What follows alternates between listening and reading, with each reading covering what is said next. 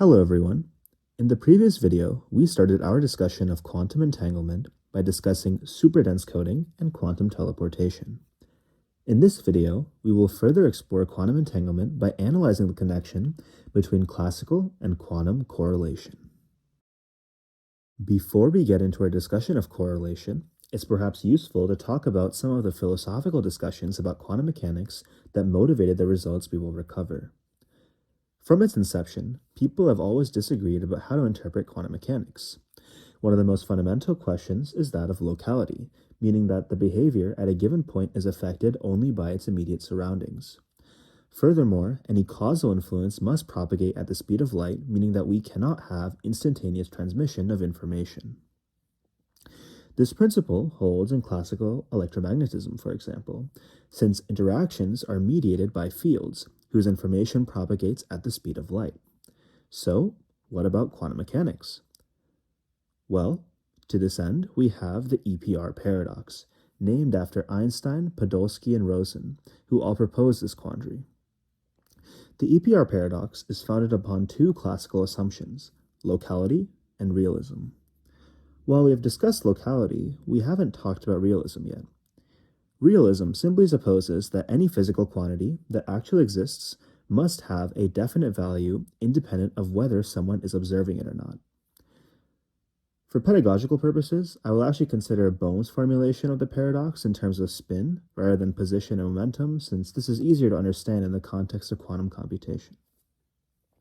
With that, let's begin. Suppose we prepare a spin bell state between two particles, A and B. For instance, we could have a high-energy photon that gets converted into an electron and a positron pair with opposite spins, which is known from QM to form a singlet state psi minus, due to the various symmetries and conservation laws that are invoked. Suppose Alice is on the left and Bob is on the right. Now consider what happens if Alice measures the spin of particle A using some kind of Stern-Gerlach apparatus. By determining the state of A, Alice also learns the state of B due to the perfect anti-correlation, and the state of B is seemingly updated instantaneously. This kind of instantaneous change would flagrantly violate locality, leading Einstein to term this behavior as the so-called spooky action at a distance. Hence, for locality to hold, it must be the case, then, that the spin of B is already predetermined, and therefore was not disturbed by the measurement of A, meaning that it is an element of reality with a definite value. However, it should be noted that Alice knows the state of Bob's particle irrespective of the actual axis along which she measures spin, due to the spherical symmetry of the bell states. Consequently, the spin of Bob's particle must have definite x, y, and z spin values. However, from quantum mechanics, we know that these spin operators are all incompatible observables because they do not commute, meaning that it is impossible for spin in all of these directions to be defined simultaneously.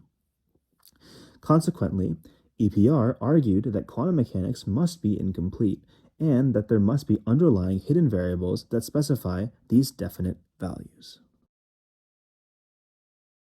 Okay, but is local realism actually true? Can hidden variable theories actually explain the types of correlations that we observe in quantum mechanics? Well, to answer this question, we can look towards the Bell inequalities developed by John Bell to provide bounds on classical correlations. For instance, we can consider the following problem. Suppose Alice and Bob are given a particle with predetermined properties A0, A1, B0, and B1, which can take values of plus or minus 1, where these properties are all sampled from some joint probability distribution. Suppose Alice can perform one of two measurements, A0 and A1, which recover the corresponding values for A0 and A1, the properties, respectively. Analogously, suppose that Bob can perform one of either big B0 or big B1 to recover little b0 and little b1, respectively.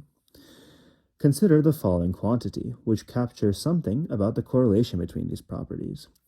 Grouping these terms up as follows, we can see that either A0 plus A1 or A0 minus A1 must vanish, in which case we either end up with plus or minus 2b0 or plus or minus 2b1, giving us a value of plus or minus 2. In other words, the absolute value of C is equal to 2. Using Jensen's inequality, we can upper bound the absolute value of the average value of C by the following quantity, giving us the following inequality. We're interested in the expected value here since it is impossible to measure all these terms in a single iteration. Furthermore, if the properties are sampled randomly from a joint probability distribution each time, these AI and BJ measurements essentially behave as random variables. This kind of bound on a classical correlation is what we call a Bell inequality, and this particular bound is called the CHSH inequality. This holds for any random variables A0, A1, B0, and B1, taking values in plus or minus 1 that are governed by a joint probability distribution. It should be noted that here, the local hidden variable assumption is induced by the fact that we assume that we can assign values in plus or minus 1 to all 4 observables, despite the fact that A0 and A1 cannot be measured simultaneously, and likewise for B0 and B1. Okay, so this inequality holds classically, but what about quantum correlations? Well, suppose that Alice and Bob are given different parts of a singlet state. Now suppose that Alice and Bob can measure Hermitian operators, or in other words, observables, A0, A1, B0, and B1, with eigenvalues taking either plus or minus 1. We can then compute the expectation value of each relevant product of these A and B operators. Note that any 2x2 Hermitian operator with eigenvalues plus or minus 1 can be written as an inner product of some unit vector and the Pauli operator vector sigma. Furthermore, by using the fact that each Pauli maps psi minus to a different Bell state up to a phase factor, we find that the expectation value is given by a negative dot product between the unit vectors, which we can write in terms of the angle between them.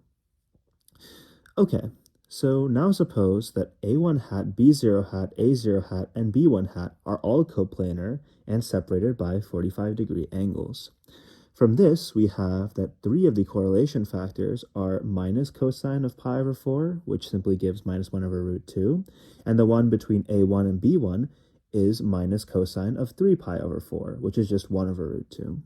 Consequently, computing the absolute value of C here, we get a result of 2 square root of 2. This is obviously bigger than 2, meaning that the CHSH inequality is violated here.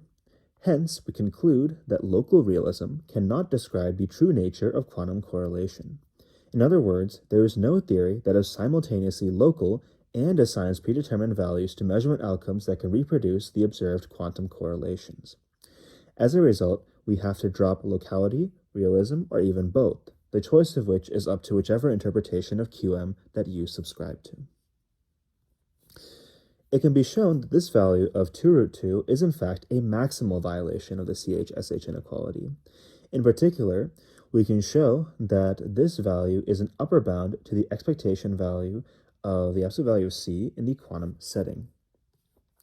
To begin with, we have that because the A and B operators have eigenvalues plus or minus 1, we have that their squares are all identity. Furthermore, since Alice acts on the first qubit and Bob on the second, their operators trivially commute. For simplicity, I will suppress the tensor product notation going forward, meaning that, for instance, A0 tensor B1 will just be written as A0 B1, and so on and so forth. With this, we can write C squared as the following expression. We can then bound the operator norm of C squared, which is defined as follows.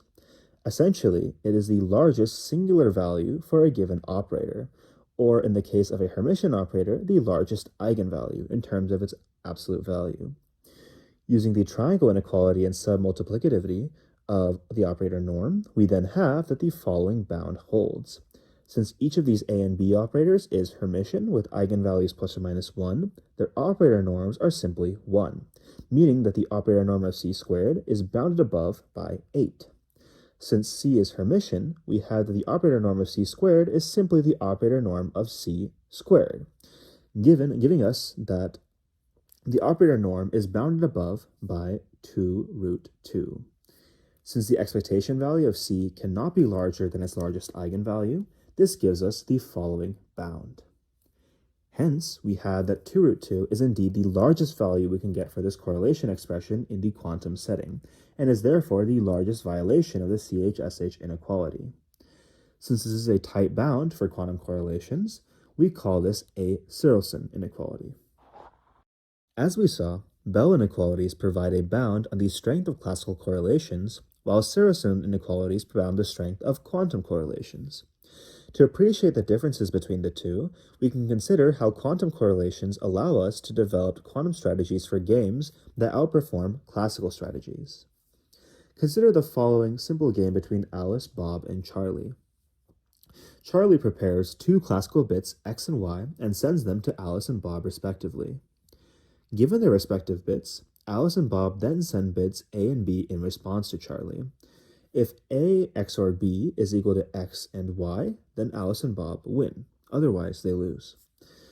We can observe that there is no consistent classical strategy that will always win with 100% probability. This can be seen by enumerating all the conditions for A and B for each choice of x and y, where A XOR B cannot be both 0 and 1. Furthermore, we can actually see here that if we sum together all of these conditions, then we actually end up with the equation 0 equals 1, which concretely tells you that satisfying all of these at the same time is just impossible. We can see that if Charlie chooses x and y uniformly at random, Alice and Bob can simply choose the same bit, in other words, have both always choose a equal b equal to 0, which gives them a 75% chance of winning. We can show that the strategy is actually optimal by recasting this in terms of the problem discussed previously in the context of the CHSH inequality. We have the following correspondence between the random variables we define in the CHSH inequality and the bits AX and BY that are chosen by Alice and Bob given x and y respectively. With this, we again have that the CHSH inequality is given as follows. Note that here, each of the expectation values can be related to the probability of winning for each pair of bits Charlie sends as follows. For instance, for the expected value of A0, B0, we have that this quantity is 1 if they win, which occurs with probability P00, and minus 1 if they lose, which occurs with probability 1 minus P00, giving us that the expected value is 2P00 minus 1. Repeating this for all the other expectation values, we get the following. We can then substitute these back into the CHSH inequality to get the following expression. If we then average over all the probabilities of winning for each pair of inputs, we then have that the average probability of winning is bounded above by 3/4. Hence, the naive strategy we developed is actually optimal in the classical setting, assuming that x and y are chosen uniformly at random. Okay, so what about the quantum case? Here, we assume that Alice and Bob now share a singlet state that they prepared long before the game, which they can individually measure observables with respect to. Well, here we simply replace 2 with 2 square root of 2. Consequently, performing the same algebraic manipulation as before gives us an upper bound on the average probability of winning of 1/2 plus 1 over 2 root 2, which is approximately 0.854. Furthermore, we know that the Tsirelson bound can be satisfied by choosing the polyvectors for our observables to be coplanar and separated by 45 degrees each. For instance, we can choose A0 to be H, A1 to be XHX, B0 to be X, and B1 to be Z to saturate this bound, giving us a probability of 0.854 of winning on average. Consequently, we have a concrete example of how quantum correlation can yield additional advantage beyond what is possible at the classical level.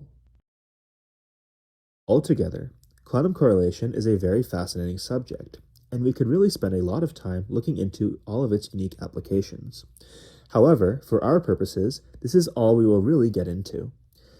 In the next video, we will have a somewhat standalone lecture on the various distance metrics used in quantum mechanics, which we will use extensively when we more deeply investigate quantum algorithms in the subsequent part of the course.